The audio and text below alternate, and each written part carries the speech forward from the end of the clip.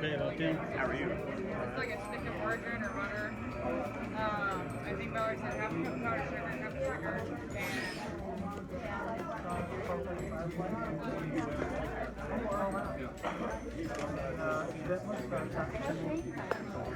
It's just fire logs, you know. Okay, yeah. Hey, Hobie. You gotta respect that. Hey, Mark. Hey, guys.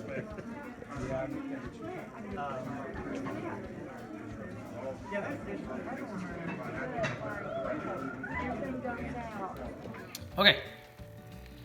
We just got home. We went to a small community, a little less than an hour. And they had a small, they call it the City of Rosebud Emergency Preparedness Fair. It ran from like 5:30 to 8 this evening. And you know, we thought, you know, it's not too far out. We'll go check it out. Something new. Right off the bat, if you were just happened to be walking by or driving by and you stopped in, this was my my perfect idea, or a perfect idea, of if you walked in the door and you didn't know the first thing about preparedness. These people had booths for a lot of things to get you in the right direction. There was lots of stuff on food storage, examples. There were tables. I did a quick walkthrough with a video, and kind of got all the booths. There was some homemade bread. Shorty said it was really good. I didn't try it, but she said it was really good homemade bread.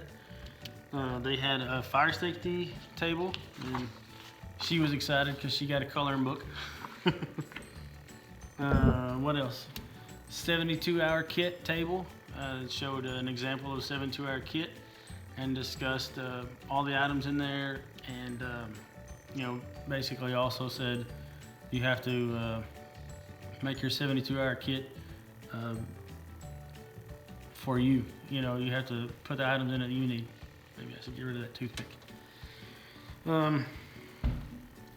They had alternative cooking, disaster planning information.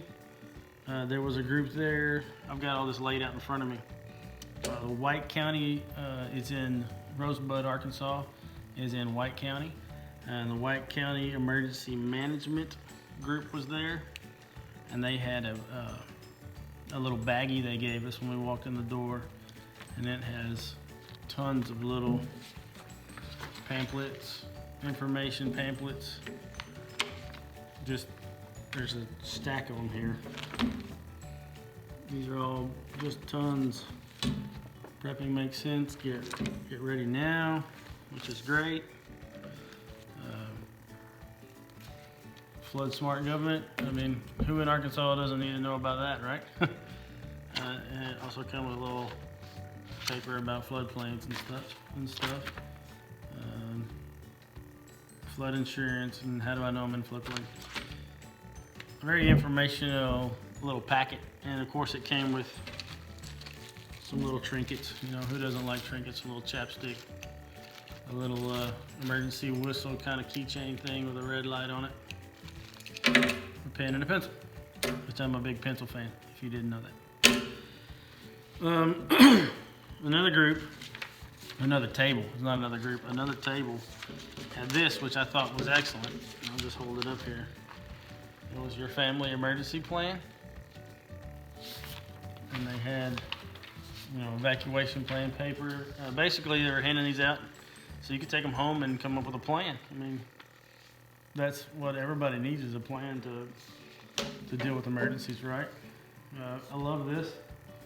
It has the members, the names, the dates of birth, meeting places, out-of-town contacts, information. This is your plan. And I believe it said something like, here's your emergency checklist. Then they had the blank family emergency information sheet. It's got tons of information on it, work stuff, addresses, all that. And then your emergency ID cards. But the plan was, or the idea being, you take all this, you fill it all out, you put it in a folder somewhere, and you share it with your family, and you study it, and you know what to do in case of an emergency. You know, whether it be tornado, flood, all those things. There was another table there I was very interested in. It's the, they have a food order, freshandhealthyliving.com. And it is basically they're gonna get a semi-load full of food. If you want in on it, you can call that Grace Lewis. Just a little quick, you can pause it and check it out if you're interested. But the catch is you're gonna have to be in that area when it delivers, right? Overall, like I said, it was a great little get-together. As a small town, Rosebud has 487 people.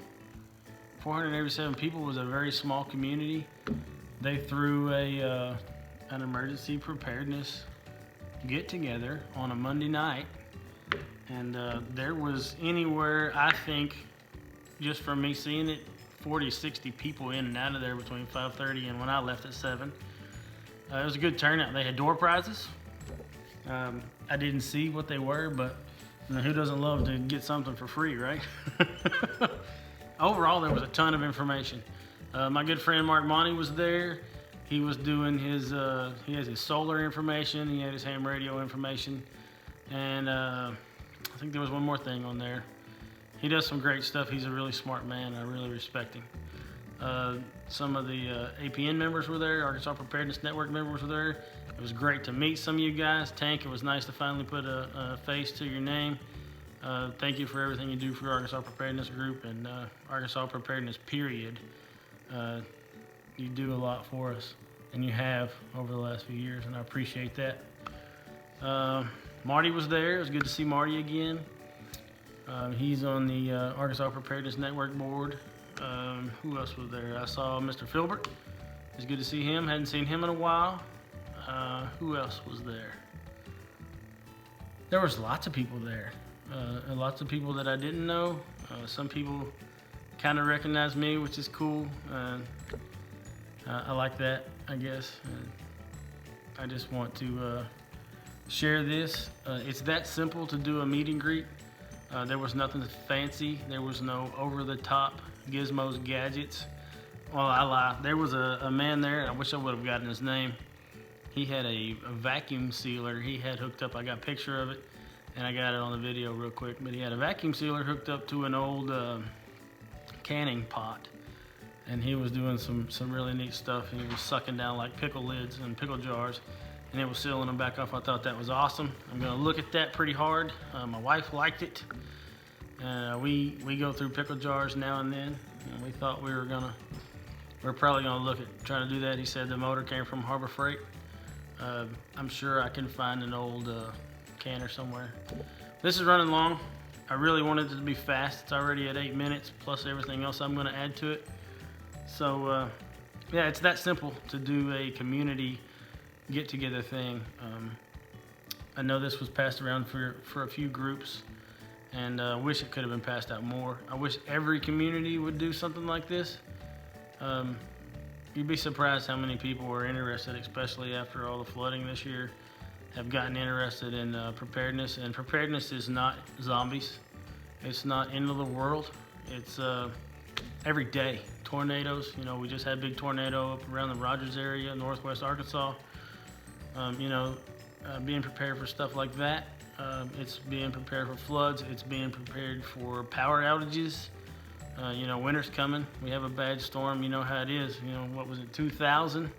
We were without power. We were without power for at least a week where I lived then. and I don't live there anymore, but you know, that's what preparedness is about. And that's what I loved about this little group. Anybody could have came in there that didn't have a clue. I should also add, they had a Dutch oven cooking demo outside. That was pretty neat. I didn't get to watch it. I know how to cook in Dutch ovens, but it's great to have that sort of stuff. There was lots of hands-on. There was lots of people talking about things. I had an idea going. I lost it. I do that. But overall, it was a great little get-together. I plan on being there for an hour. I think I was there for a lot longer. Anyway, hope you enjoyed the little video, a little information.